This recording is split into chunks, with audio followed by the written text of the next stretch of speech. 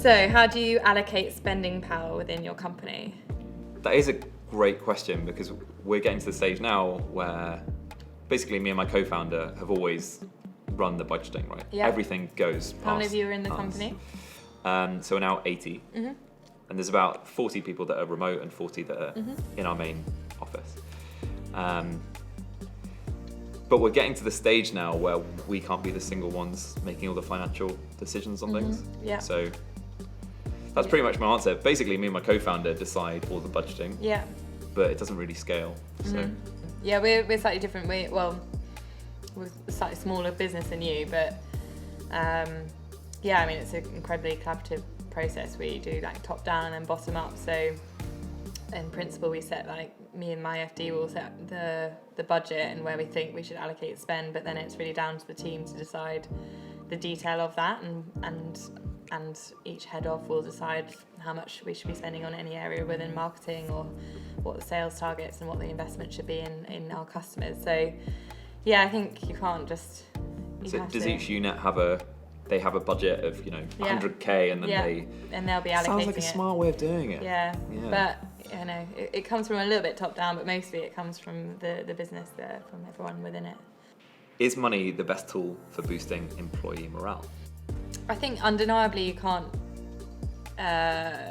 say that it's not a motivator for people to join the company. You have to be competitive when it comes to salaries and all the perks around it, but absolutely not. Like, I think I'm probably quite similar to you, we're a really young team, and I think particularly sort of young members of the team they want to work for a business that has a purpose, that has clear direction, and is doing more than just selling a product, but is doing good both within the environment that you're selling your products within, the communities and governance and everything I think that a brand or a business stands for. So yeah, money is a motivator to an extent, but you have to give a bigger purpose, I think, and you have to be really clear on where you're going as a brand and what you're kind of doing in the world. But I think on top of that, I think particularly when you're a small business, you maybe don't have like the budgets for like the learning and development programs and all those perks. You have nice things that can create a culture, but I think actually what you can give people within a company that's small and nimble is that you can give them autonomy to run with things, and I think that's my number one thing. If you can let people get on with what they came to do and let them learn through doing, like, they'll stay and enjoy the journey. But if you are crowding them and telling them what to do really explicitly, then that's when actually, like, no matter how much money you give them, they won't want to stay. They'll be unhappy. What do you think? I couldn't agree more. I actually feel like, so money I think can be a demotivator. Yeah. So if you're not paid enough for your current life circumstance, which can be all kinds of things, right? Maybe you've got a mortgage, maybe you've got a family, maybe you've got some debt that you're trying to pay off. Yeah. If you're not paid enough, then it adds like a giant stress to your life. Yeah. And as soon as you're kind of past that a bit, I think is widely accepted now, there's a diminishing return on salary, and you realise that having an amazing salary doesn't really change your overall happiness. Yeah. So making sure you have an amazing culture internally, that people have responsibility, autonomy, that it's transparent. We found that's the best way to motivate people, because we've just closed the funding round now, but before that we really weren't paying market salaries. No. Because people were believing in our mission, and they realised that they could maybe take a sacrifice on salary but get all of this other great stuff. Yeah. How does understanding of best value for money change as a company grows? So when we raised our seed round, it was a $3 million round, and that sounds like a lot of money. Wow. That is a lot of money. $3 million sounds like a lot of money, but with a engineering team and all the other stuff we do, it's really not. It can go quite quickly. It meant we really didn't pay market salaries. It meant that we didn't pay for things like recruiters. It meant that we kept our office space really cheap. Like our office space is literally a condemned building in White City, paying way under because we were just cost cutting. Yeah. And then the advice that we got after we raised our Series A, which was a $10 million round, was everything changes at that point, and it becomes about speed. Mm-hmm. Deciding between even sums of money, which are a lot of money, even trying to haggle someone on salary between like a 10k difference on their yearly salary is just not worth it. You just need to get that person in and move and fast. They need to be motivated and feel good, and therefore and it's worth it just to move as quickly as humanly possible. I guess it's that cliche phrase, time is money. So actually if you're being too kind of focused on tiny little things, then actually you're not focusing on the bigger picture, right? I think it's funny actually, because as our brand has grown, when you're 1 or 2 years old, and when you're looking at your marketing budgets, you've got, for us, like tiny budgets to activate the brand, and we're stocked in all the national retailers now, and actually you have to start spending money and you have to start investing in the brand properly, whereas before we would, a bit like what you were saying, be doing a lot of grassroots marketing, lots of tactical stuff, anything that we could get for free. And we still do some of that now, but I completely agree that if you spend too much time haggling over tiny little things, it doesn't turn the dial fast enough. And you do need to start actually leaning in and spending money. But I think it's trying to find a fine balance between those two things, because you don't want to also encourage this actions internally which make people think that you've got loads of cash to splash all the time, because actually you still are tight on money, and it's got to go further than your competitor, so you've got to be smart with it as well. In what ways has budgeting had an impact on your company? You can't not ever have a budget. It's fundamental. I think it creates goals and targets, which I think fundamentally you need to be able to know, to motivate people in a direction. I think one of the things that we've learned over the course of the business is to be, yes, you can have a budget and a forecast of sales, what you think you're going to do that year, but a good FD should always be I'm an eternal optimist and will always see the upside, and will always overstretch and overshoot potentially the what we could do. And sometimes actually you need a bit of someone that's slightly more negative and maybe more of a realist to also balance out that optimism. So for us, sometimes we used to set budgets that would be shoot for the stars and you'll hit the moon, that classic phrase, whereas now we actually try and hit, build a budget that we know we can hit.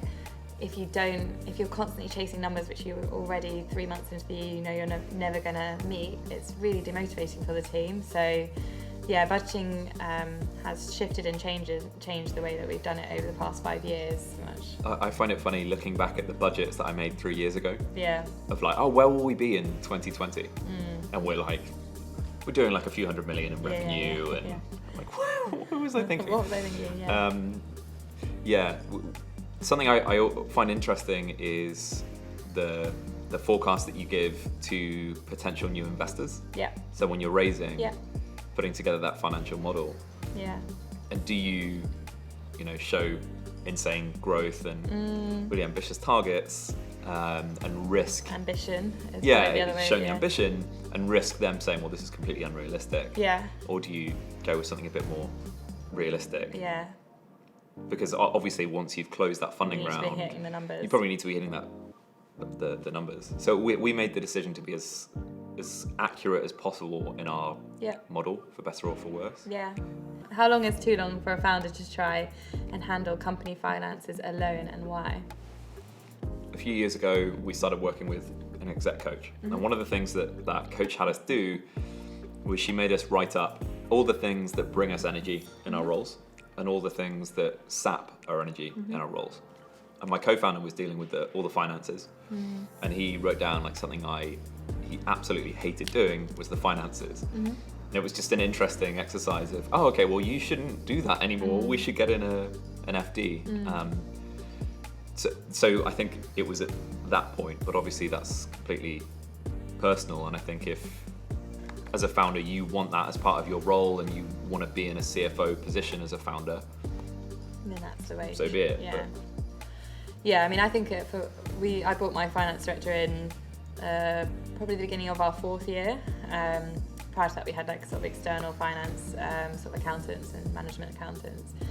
And it'd probably be the one thing I'd change now is to bring in a finance director in earlier, just because when it comes to a food product, and I know every business is complicated in its own right, but you've got multiple ingredient components. You've got, so many different, we've got multiple different factories, hundreds of customers, all with different, value chains and things like that. And actually having control over what number you're looking at and what you hit that month becomes, as the business becomes more complex, incredibly difficult to track in a food company. And you need a solid pair of hands so that you can stop thinking about the day-to-day detail of like whether or not what your number was that month. So for me, it by having a really good FD in the business, it's allowed me to feel like completely in control of the business. I can get an overview from him, but it doesn't need to be me trying to solve those, like pick through the P&L. He'll do that for me, and that takes a weight off. And I think it's coming back to your point of like, where do you add most value? Is the value add in finance? Maybe it is, but I personally think from a founder perspective, it's better to be, particularly a consumer-facing brand like mine, like out and present and meeting people and networking and trying to create those connections. Especially if you're a sole founder as well. Exactly. You maybe don't have those, two separate roles that you can both take. What areas do new founders tend to underspend on, and why?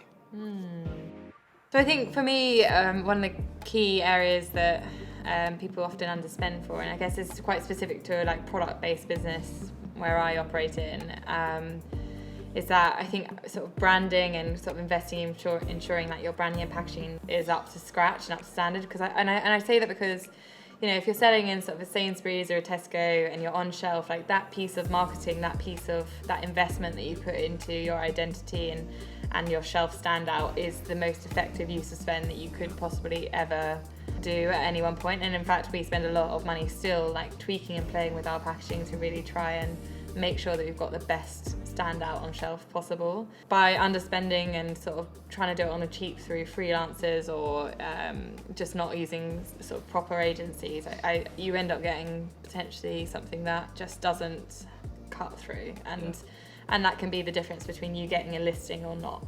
And so for me that's like an absolute integral. If you've got a product-based business, invest in that, because if you get it right once, it actually makes like the future or the next 5 years so much more simpler. Much easier. I think it's really dependent on what kind of company you are and your strategy that kind of results from that. Because from like first principles, if your strategy as a company is we want to have an app that people talk about, they love, that it gives them value in their lives, maybe branding isn't the primary focus, right? Because your strategy as a company and how you get successful is about, I don't know, maybe how effective the product is, right? And that could lead you to, if you don't work that out from day one, that's where maybe you could underspend as a founder, right? Is not working that out. And it sounds like exactly the same is true with you, right? That your strategy is, well, we need to get on shelves. So it has to look amazing, it has to look consistent, it has to stand out. Therefore, we invest in branding. Whereas for us, we ignored branding for 4 years, I think. And then only last year did we start really thinking about it as we needed it. Our strategy changed to, well, branding now becomes important so that we get a following and people have a better language to talk about us and all of those things. How do political issues affect your financial forecasting? That's good. I don't think that much, but that's purely because we're quite, in our culture, we're quite insular almost, in that we try not to think too much about competition. We try not to think too much about whether or not Brexit was or wasn't going to happen. We just tried to do what we could and do whatever it was within our control. I often think when you can't control it and when the uncertainty level is way too high on something, just try not to think about it. Ours has been, it has and hasn't impacted us. I mean, the horrible Brexit word. I mean, we manufacture some of our products, or half our range in Europe, and so with foreign exchange rates significantly swinging, the pound getting weak against both the dollar and also the euro really impacts us. We buy all our almonds from California, our peanuts are from Argentina, so the dollar-pound exchange rate really changes our cost of goods. And with that means that our margin swings, and then when we manufacture abroad, we're buying everything in euros, so we've then got that exposure as well. So yeah, it really does impact our forecasting, and we constantly are hedging our FX for sometimes if we can get a year, that's great because then we've got security, but we might be doing month to month spot purchases as and when. So yeah, it like when Brexit got announced and the euro went down, got so much stronger against the pound, it was a really horrible day. Really? Because it wiped out a lot of our margin, and we've had to take time to get that back. So yeah, it's so things like that which have impact on foreign exchange for us are significant. How does the word money make you feel? I think it's funny, isn't it? I guess money also equates to, I think, the word profit, and I think the word profit and money hand in hand often has a really, really negative kind of association, I think. Why do you think that is? I think that's because making profit can feel like a bit of a dirty word, in the sense that, it's pure capitalism. You're selling as much as you possibly can for the biggest profit margins.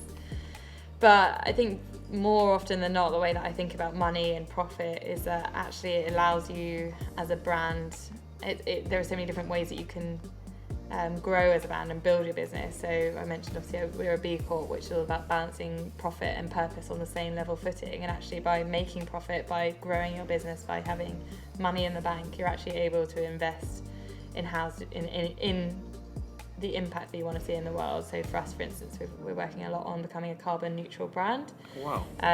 It will take some time to get there because it requires lots of changes through our supply chain. We want to get closer to our farmers as well, so we want to really understand whether we can have some positive impact in sort of agroforestry projects and all sorts of different things. And so, but we don't have to do all those things. It's not an absolute requirement in order to make money. But for me, as a brand, I love the idea that you can make money and deliver something good in the world. And I think, so therefore, it's important you have to make money in order to do good. We've done a lot of work to try and help our team understand that we have to increase our sustainability as a business. Mm-hmm. And really all that means is we have to get profitable. Yeah. Right. But as soon as you talk about it as sustainable business, mm-hmm. people understand it, right? They understand that we can't have this impact that we do on people's lives. Mm-hmm. We can't keep doing all the good that we're doing if we're not making money. Mm-hmm. And it's really as simple as that. Yeah. I mean, how does the word money make me feel? Amazing, because my thesis on building a company is that providing an environment that gives people work, that gives people purpose, mm-hmm. responsibility and meaning in their lives is one of the most important things that you can do. Mm-hmm. Yeah. And money is an enabler for that, mm-hmm. right? Like, it just, I don't know how it makes, to me, the word money is linked to successful company, mm-hmm. and that's why it makes me feel so good, right? Yeah. Because I find it so rewarding just how, I don't know if you ever get this, but at like our Christmas party or something, mm-hmm. you see everyone on your team and the feeling is like, wow, well, we built that through building a thing. Yeah, from nothing. And all of these people have got jobs as a result, and hopefully most of them love what they do, and it gives them meaning, and I just find that incredible. Yeah. So it's almost like it's not necessarily making the money, it's the output that you have from that, whether that's creating an amazing culture, helping people build their careers and become high-flying kind of execs. Like that's really cool, isn't it? Yeah.